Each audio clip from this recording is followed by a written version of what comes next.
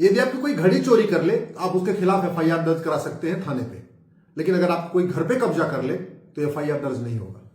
आपकी कोई अगर भैंस चोरी कर ले, बकरी चोरी कर ले तो आप मुकदमा दर्ज करा सकते हैं, एफआईआर दर्ज हो सकता है। लेकिन पता चला आपकी पूरी जमीन कोई कब्जा कर ले, मुकदमा दर्ज नहीं होगा। भारत में ये कानून महाघटिया है, न्यायिक व्यवस्था सड़ी हुई है, इसलिए हर साल 2 लाख बहन बेटियों का सिंदूर उजड़ रहा है। 26 बहन बेटियों का सिंदूर उजड़ा, ऑपरेशन सिंदूर हुआ, उसके बाद पूरी आतंकवादियों को मारा गया और भी बहुत सारे स्टेप लिए गए। और हर साल जमीन विवाद में 2 लाख बहन बेटियों का सिंदूर उजड़ रहा है। 2 लाख माता पिता के बुढ़ापे का सहारा छीना जा रहा है। 2 लाख परिवार बर्बाद हो जा रहे हैं इस जमीन विवाद के कारण। लेकिन फिर भी कानून को ठीक किया जाए, इसके ऊपर कोई चर्चा नहीं हो रही है। 2 लाख लोग तो मारे जाते हैं, इसके अलावा 3 लाख लोग घायल होते हैं। और जानते हैं पूरा जमीन विवाद क्यों होता है? क्योंकि उनको थाने से कुछ नहीं मिलता है। लोग गरीब जाते हैं, कहते हैं जी दबंग ने हमारे घर पे कब्जा कर लिया। वो जो वहां पे हवलदार है, वो थानेदार, वो कहते हैं जी हम तो कुछ नहीं कर सकते, आप जाओ कोर्ट जाओ। अब कोर्ट जाएंगे, मुकदमा चलेगा 20-30 साल। दबंग ने कब्जा कर लिया, उनको जोतने नहीं देता, उनको अपना बोने नहीं देता, अपनी फसल इनको काटने नहीं देता। तो नतीजा क्या होता है? गरीब क्या करता है? डंडा, हाथी डंडा, अपना लाठी डंडा ले आके खड़ा हो जाता है और फिर वही मारपीट होती है। ये चल रहा है भारत में। सब कुछ बदला, एयरपोर्ट बदला, हाईवे बदला, एक्सप्रेसवे बदला, लेकिन 1908 का सिविल प्रोसीजर कोड नहीं बदला। और नतीजा ये हुआ है, जमीन विवाद को हमने सिविल डिस्प्यूट घोषित कर रखा है।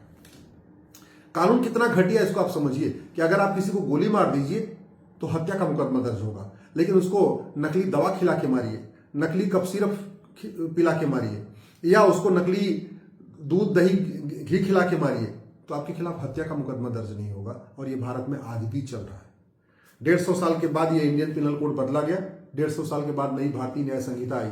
लेकिन ऐसे लगता है कि जो लोग इसका ड्राफ्ट करने वाले थे उन्होंने बाहर कुछ देखा ही नहीं। ये बीएनएस बनाते समय उन्होंने देखा ही नहीं कि चीन में क्या चल रहा है, सिंगापुर में क्या चल रहा है, जापान में क्या चल रहा है, अमेरिका में क्या चल रहा है। ये अमेरिका का हमारे हाथ में देखिए फेडरल पिनल कोड है, 125 चैप्टर हैं। 125 चैप्टर के लिए एक किताब है, आपको दिख रही होगी। ये किताब बड़ी भी है, ये किताब मोटी भी है। और वहीं दूसरी तरफ भारत जहां अपराध ज्यादा है, ज्यादा तरीके के अपराध है, वहां पे ये पतला सा बीएनएस है, पतली सी आपको दिख रही होगी। कभी चिंतन ही नहीं किया कि भारत में अपराध खत्म कैसे किया जाए। माननीय प्रधानमंत्री जी ने, गृह मंत्री जी ने कहा कि भाई ठीक है 1860 का आईपीसी बदलो। हमारे बाबू ने कहा ठीक है जी बदल देते हैं। और बदले क्या है, कैसे बदले? ऑफिस में बैठे बैठे वो कहते हैं नई बोतल में पुरानी शराब मिला के दे दिया बीएनएस। पहले से बेटर है, पहले से अच्छी है, लेकिन ये बेस्ट नहीं है। हम चाहते तो हम अमेरिका के फेडरल पिनल कोड जैसा 1 नेशन 1 पिनल कोड भारत में लागू कर सकते हैं। अमेरिका में अपराध कम है तो उन्होंने 125 चैप्टर बनाए।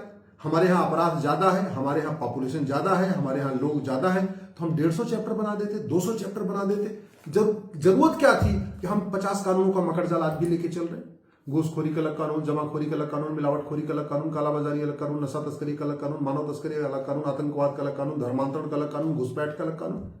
ये 50 कानूनों का मकड़जाल लेके बैठने की बजाय अगर हम अमेरिका का फेडरल पिनल कोड जैसा है एक अपना भारतीय पिनल कोड बनाते, भारतीय दंड संहिता बनाते, और उसी में चैप्टर 1, चैप्टर 2, चैप्टर 3, चैप्टर 4, ऐसे 200 चैप्टर, 225 चैप्टर, 250 चैप्टर, जितने भी चैप्टर होते, एक एक अपराध के लिए एक चैप्टर बनाते चले जाते, तो जजों के लिए भी आसान, एक किताब खोलते, मुकदमा सुन लेते। वकील के लिए आसान, एक किताब लेके कोर्ट में जाते, अपनी बहस कर लेते।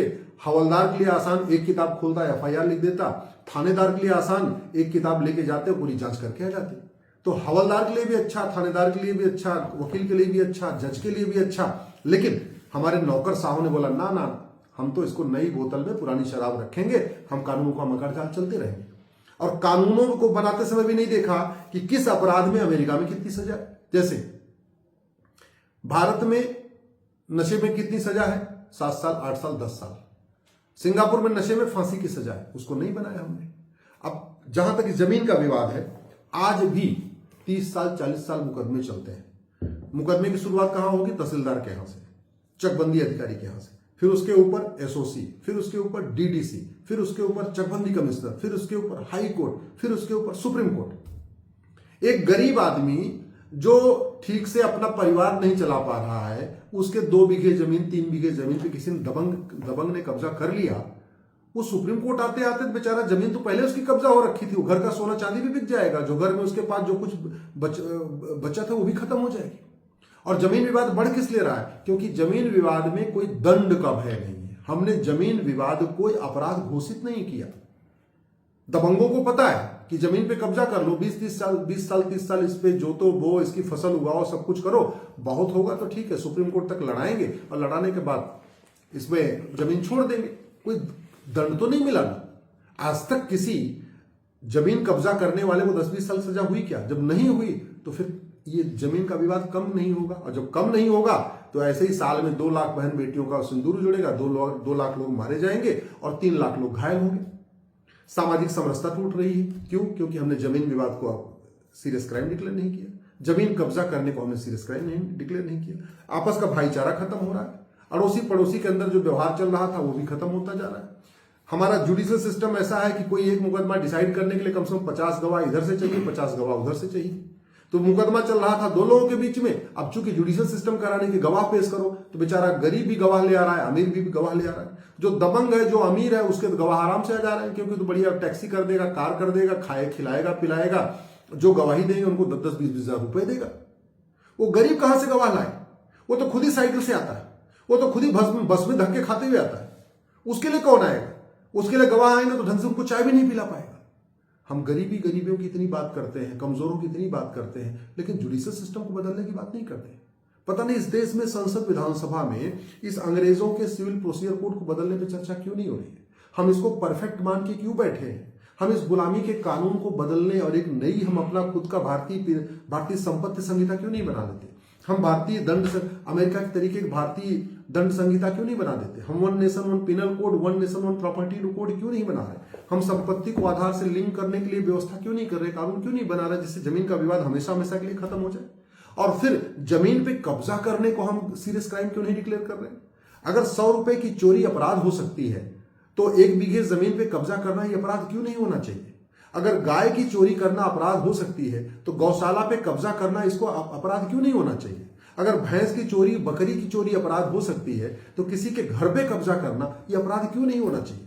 ये बात समझ से परे है कि हम जैसे जमीन विवाद की बात आती है कहते हैं तो जी सिविल डिस्प्यूट है, कोर्ट में जाओ, कोर्ट में लड़ो। कहां से लड़ेगा गरीब? अरे उसके पास बेचारे का थाना होता है, थाना जाता है, वो चाहता है उसको थाने से न्याय मिल रहा है, और हवलदार और वहां के थानेदार हाथ खड़ा कर देते हैं। वो भी बेचारे क्यों खड़ा कर दे? क्योंकि कानून ऐसा है। हमने जमीन विवाद को क्रिमिनल एक्ट डिक्लेयर ही नहीं किया, और नतीजा क्या हो रहा है? इसी का फायदा दबंग उठा रहे हैं, इसी का फायदा इसी के कारण कमजोर और परेशान हो रहा है। और फिर कमजोर जब कुछ नहीं कर पाता, उसके बच्चे लाठी डंडा लेके आते हैं, अपनी जमीन को छुड़ाने की कोशिश करते हैं, और फिर वही मारपीट होती है और नतीजा मुकदमों की संख्या बढ़ती है। जो जमीन विवाद थानेदार कह रहा था या हवलदार कह रहा था कि भैया ये तो सिविल डिस्प्यूट है, कोर्ट जाओ, जैसे ही वहां लाठी आपस में चली, जैसे ही किसी का सर फूटा, फिर तुरंत एफआईआर दर्ज हो गई। मतलब पहले जमीन विवाद के लिए बेचारा गरीब आया, बोले साहब ऐसा है, देखो हमारे जमीन पे कब्जा हो रखा है, इसको छुड़ा दो। तो थानेदार साहब कह रहे हैं कि हम तो कुछ नहीं कर सकते, जाओ कोर्ट जाओ। और जैसे वो लाठी लेके गया और जो उसकी जमीन पे कब्जा करने आया, जैसे उसको 2 लाठी मारा उसने, जैसे उसने हाथ पैर उसका तोड़ा, तुरंत एफआईआर हो जाएगा।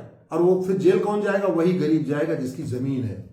तो हो क्या रहा है? वो कहते नहीं, डबल नुकसान हो रहा है। एक तो गरीब की जमीन पे कब्जा हो रहा है, और फिर जब गरीब अपनी जमीन छुड़ाने के लिए लाठी डंडे लेकर निकल रहा है तो ऊपर से उसी के ऊपर मुकदमा भी हो रहा है, वही जेल भी जा रहा है।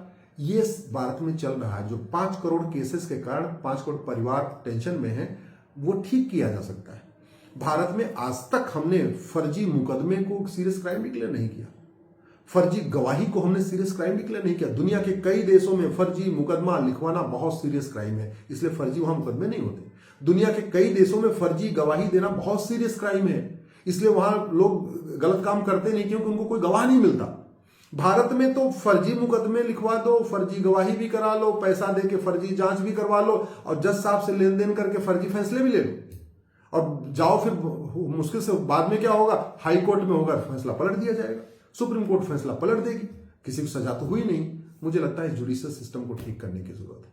जैसे हमने ऑपरेशन सिंदूर किया, जैसे हमने ब्रह्मोस बनाया, जैसे हमने परमाणु बम बनाया, जैसे हमने विदेशों से राफेल खरीदा, अगर हम विदेशों से राफेल ले सकते हैं देश की सुरक्षा के लिए, तो विदेशों से कानून नहीं ले सकते आम जनता की रक्षा के लिए, इंटरनल डिस्टर्बेंस ठीक करने के लिए? ये जो 2 लाख लोग साल में मर जाते हैं जमीन विवाद में, और 3 लाख लोगों का हाथ पैर टूट जाता है, इनके लिए कौन जिम्मेदार है? ये कैसे बचेंगे? इनको कैसे बचाया जा सकता है? केवल और केवल कानून बदलने से। और कानून बदलने की कोई लागत नहीं आती। हाईवे बनाने की, एयरपोर्ट बनाने की, एक्सप्रेसवे बनाने की, बुलेट ट्रेन बनाने की, कुछ भी काम करे, हॉस्पिटल बनाने की और स्कूल बनाने की लागत आती है, लेकिन पुलिस रिफॉर्म की कोई लागत नहीं आती, जुडिशियल रिफॉर्म की कोई लागत नहीं आती, कानूनों को बदलने की कोई लागत नहीं आती। जो काम फ्री में हो सकता है, जिससे करोड़ों लोगों को फायदा हो सकता है, वो नहीं हो रहा है। इसलिए मैं अपने सभी माननीय सांसदों से हाथ जोड़ के निवेदन कर रहा हूं, आप जुडिशियल रिफॉर्म के लिए आवाज उठाइए, पुलिस रिफॉर्म के लिए आवाज उठाइए, एडमिनिस्ट्रेटिव रिफॉर्म के लिए आवाज उठाइए, ये घटिया कानूनों को बदलने के लिए आवाज उठाइए। जमीन पे कब्जा करना, इसको सीरियस क्राइम डिक्लेयर करिए। जिस दिन जमीन पे कब्जा करने वालों को 10 से 20 साल सजा के लिए कानून बन जाएगा, लोग गरीबों की जमीन कब्जा नहीं करेंगे, लोग जंगल कब्जा नहीं करेंगे, लोग नदियों को कब्जा नहीं करेंगे, लोग पहाड़ों को कब्जा नहीं करेंगे। अभी तो क्या हो रहा है कि जमीन पे कब्जे करने को कोई दंड का भय नहीं है, तो जिसको जहां मौका मिल रहा है वहीं कब्जा कर ले रहा है। कोई पहाड़ कब्जा कर ले रहा है, कोई जंगल कब्जा कर ले रहा है, कोई दूसरे की जमीन कब्जा कर ले रहा है, कोई ऊसर को कब्जा कर लेता है, कोई बंजर जमीन कब्जा कर लेता है, कोई खेल का मैदान कब्जा कर लेता है, जिसको जहां मौका मिल रहा है वो कब्जा करते चले जा रहे हैं। ये तभी रुकेगा जब 1908 का सिविल प्रोसीजर कोड बदला जाएगा।